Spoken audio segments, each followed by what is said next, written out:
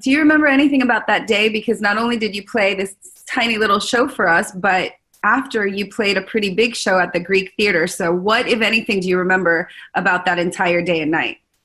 It was a very surreal day. It was kind of about halfway through our 2-month tour of the United States. And yeah, we were just excited to be in LA. It was, a very surreal one. We just sound checked at the Greek, which is not a sentence I ever imagined that I'd say out loud. And then, then we jumped across town to play that show, which was really fun. It was, I love kind of intimate environments like that. It's the best. It's how we started out. So then, and then finishing the day with that show, it was a real sort of like tick on like stuff I never imagined that we'd achieve. So like it was amazing. So, real bucket list. There you go. Yeah, bucket list. Who's the presenter here and who's the idiot in the band who has no words? Yeah. But it was an amazing day. Yeah, it was really fun, and it was nice to see you in the midst of it all. You were running off to Austin, Texas. Cool. But again, another thing that seems like life, like another world at the moment. But you went straight to a festival, right? I went to Austin City Limits, and I got off the plane, and I was with you guys. Then I got off the plane, and I went straight to see The Cure. Oh, wow. That's amazing. It was a good day. So we're celebrating 100 years of radio.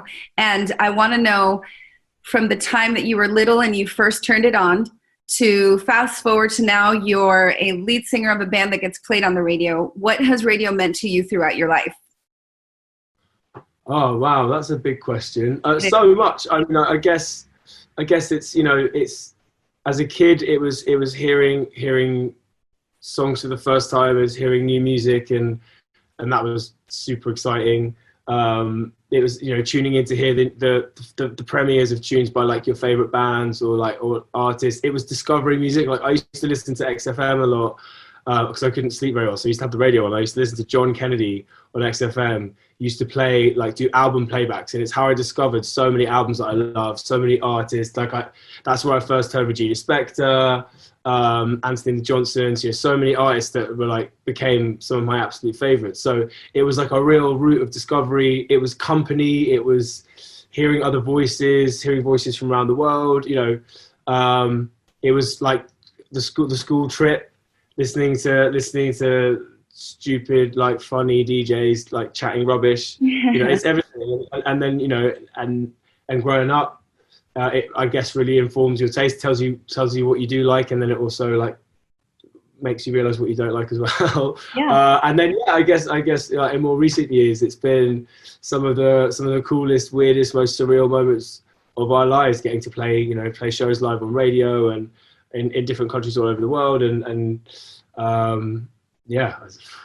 meeting friends like this. Exactly, making friends along the way. Come on. It's just, it's such an amazing medium. It's so it's so connecting in so many ways, and it's as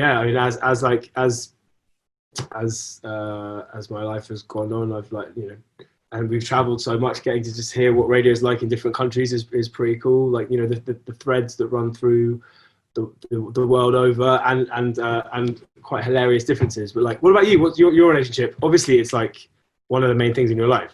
Well, when I was a little girl, I remember listening to the radio was everything to me. It was my escape. And at the time, that's all we had was radio. And it's always just been this consistent friend that's never left. And you said it earlier, it's company, but it also has informed my taste in music, because it's the first place that I figured out what I'm drawn to and what I wasn't. And from there, my relationship with music would grow. So, I'm a big fan. And last night I hadn't listened to Doom Days in a while, and I feel like you were onto something when you wrote Doom Days. But I've been re-listening to all the records, and here's an observation I made about you. You have always kept a very watchful eye on the underbelly of the world. You've always been a keen observer of the times that we live in, and that's sewn into every record, but Doom Days in particular. So what inspired you to tell the story of Doom Days? Like, take me back to the beginning of Doom Days, because I think that record is, it's almost spooky now, some of the things that you say and how fitting they are. Yeah, it's very weird. We were just I was chatting to our tour manager today, and for our second album, obviously it isn't Doom Days, but for our second album, we spent the entire time wearing boiler suits and sort of face masks, and then followed that up with an album called Doom Days about the apocalypse. Yeah. Yeah, I guess at the beginning, I think it was we were looking at the world and the changes in the world, sort of the world over politically, and you know, with it, I don't know, I guess like the news as a window into the world that we live in is always a really confusing one, for many reasons. And I guess we wanted to, having made a second album that kind of confronted some of the big moments of change that were happening in the UK, the US, like all over the world. I think we felt like, having lived in that for a couple of years, touring and playing that show, we wanted to make something that was an escape from that, and a kind of tongue-in-cheek, like intentional, willful ignoring of it. But in the process of making this album, which was meant to be, you know, a euphoric, escapist, hedonistic record about a night out where you choose to ignore all these things. No, and you feel it from the get-go, from midnight, you get that feeling. So you started that off pretty well.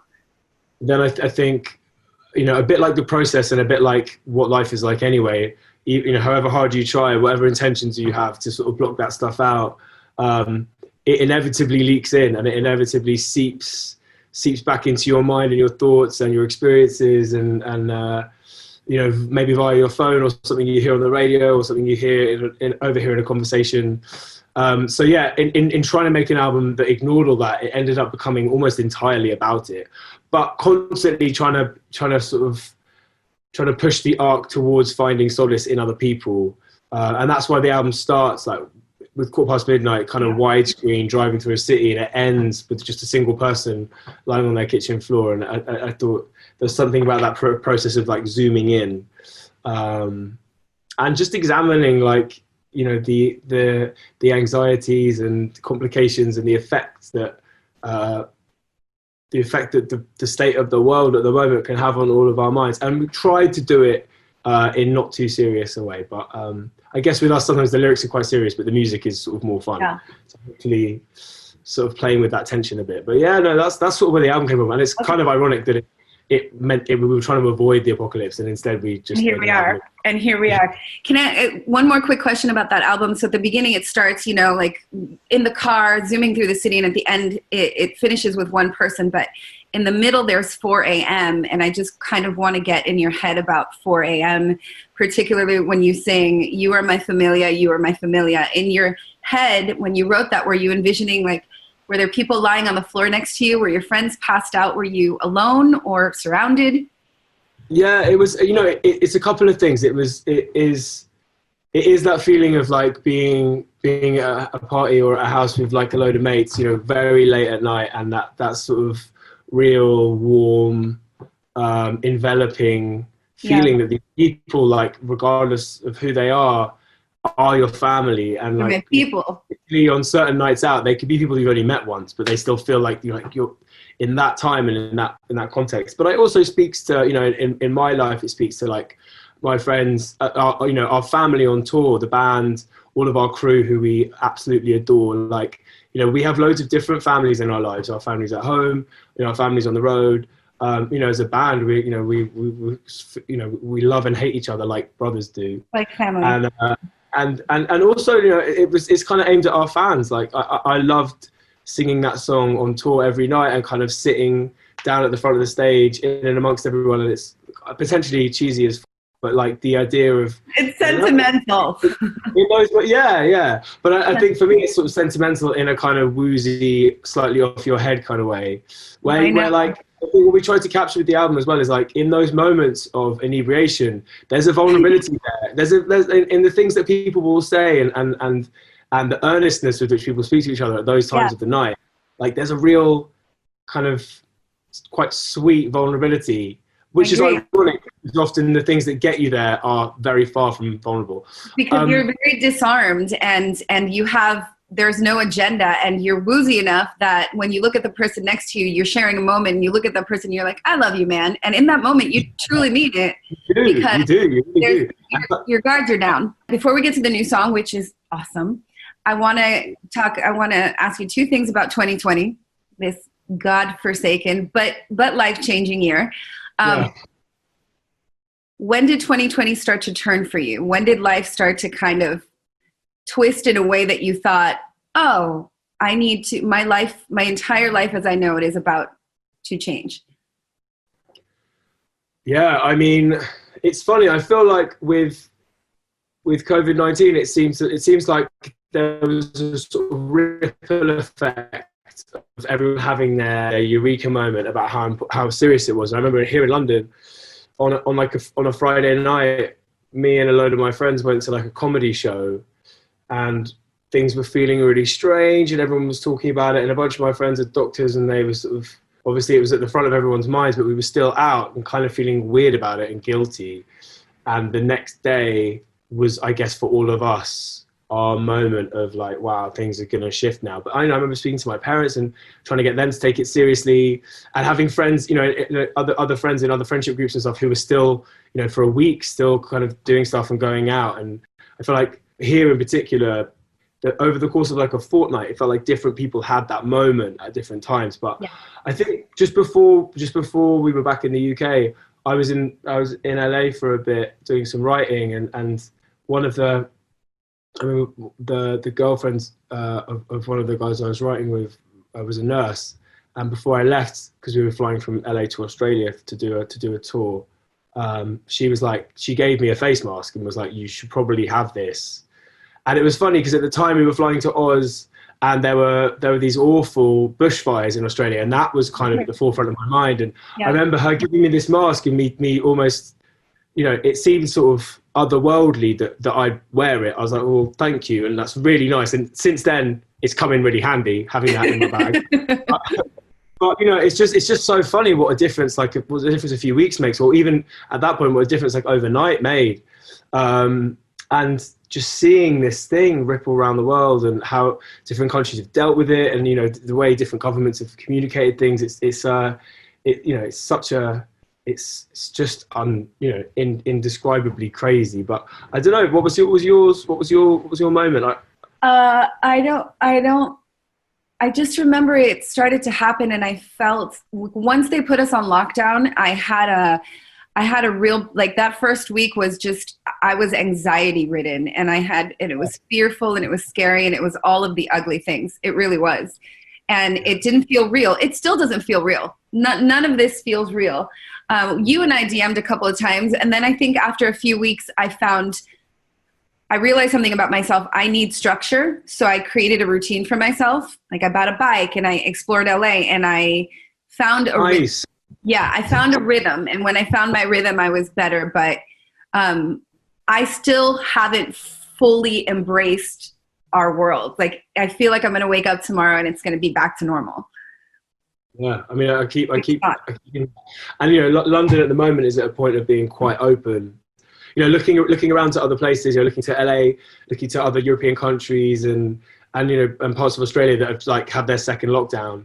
I think all of us here are feeling like, what can we safely get in while we still legally can? So just the idea that the whole world was locked down at the same time, it was just totally mad. It was not something you ever could have predicted. And I think one of my friends was joking, if a year ago we'd been able to cut to what we were all up to this year, we'd have all been so confused. Like, no one would have believed that this would have been in real life. But yeah, it's been really strange. And I'm really aware that for some people it's been like the absolute worst time of their lives, and it's also kind of mad that we had this big common experience, but it's been, for some people, they've sort of thrived and loved it. Other people have had just indescribably awful experiences.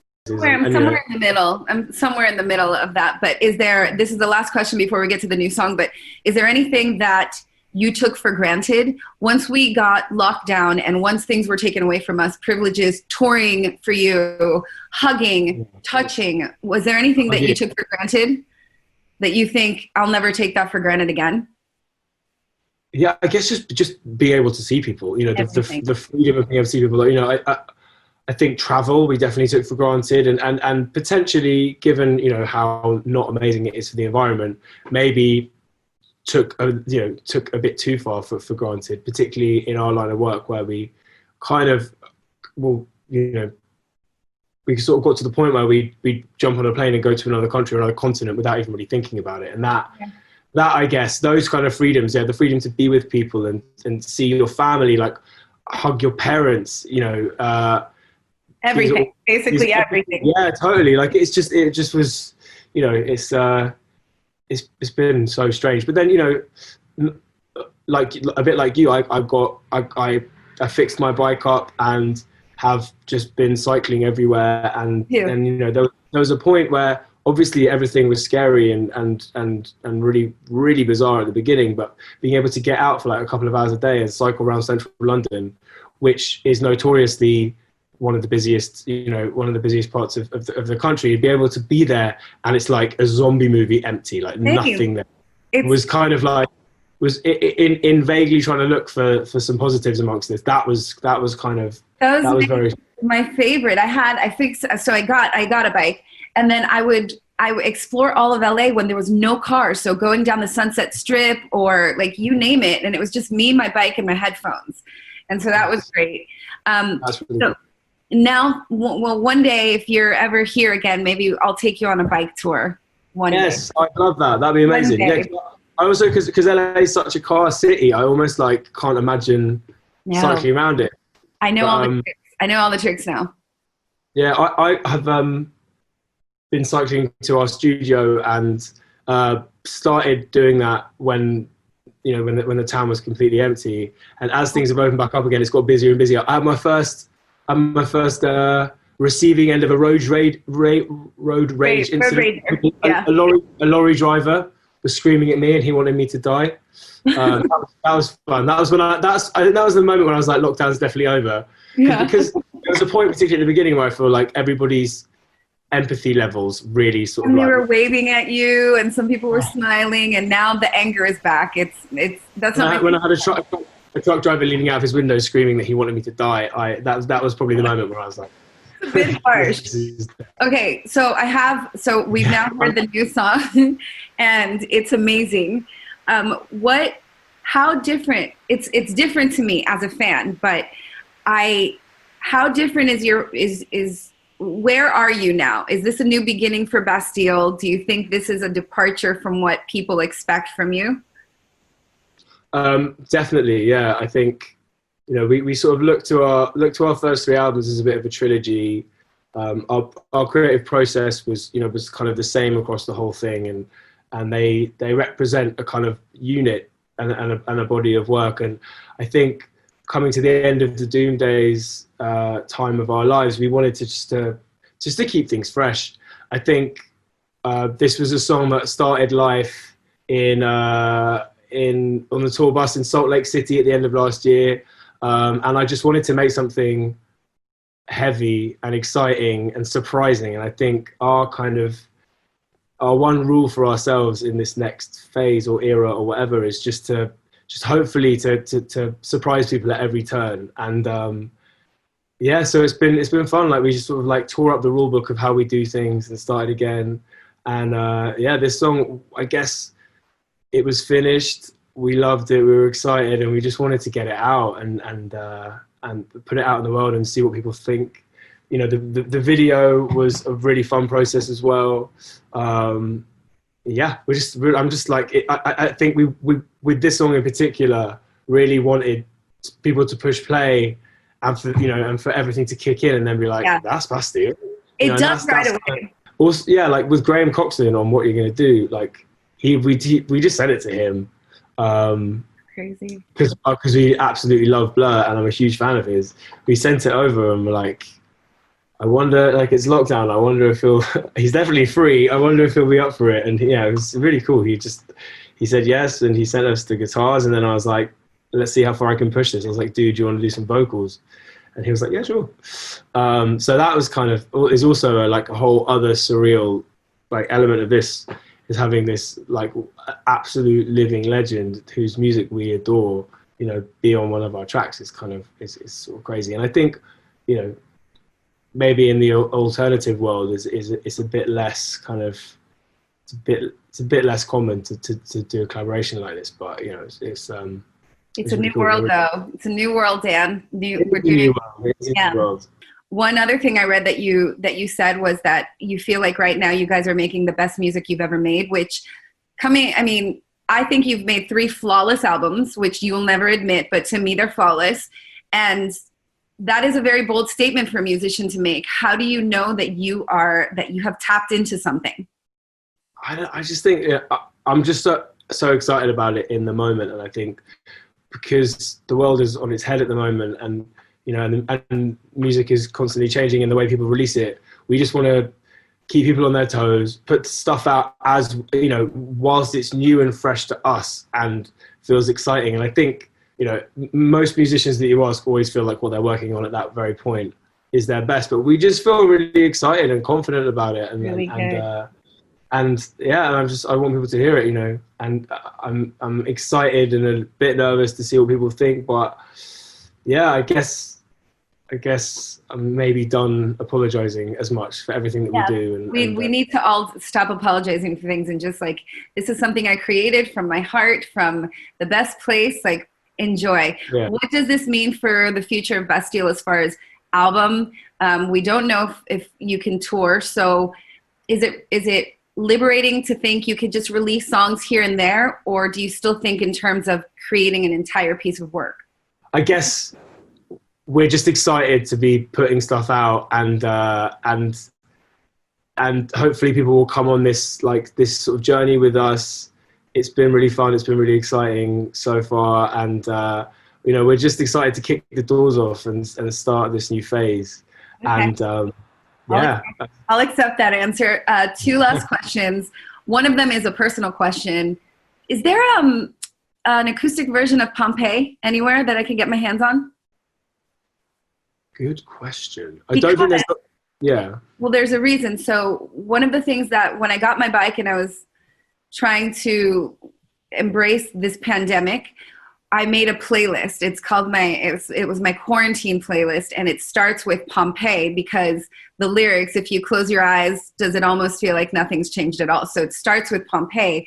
But the way that you do it at a live show where you started off on the piano and then it kicks in, I need that. I think we all do, but I need to find that.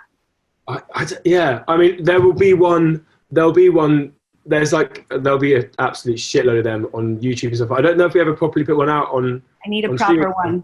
Yeah. Yeah, okay. I hear you. Okay. Well, I'll get on. Well, my birthday's in November and I'm not going to be able to have a birthday because of pandemic. So just keep that in mind. Well, thanks for having the song on your playlist. Yeah, no, there's a few Bastilles, but then the last thing I want people to know that you did, which I thought was really cool, is you created a film club because you're a film buff, and it's called Distraction Tactics. So I want you to talk a little bit about it, and if people want to join you, I want them to be able to.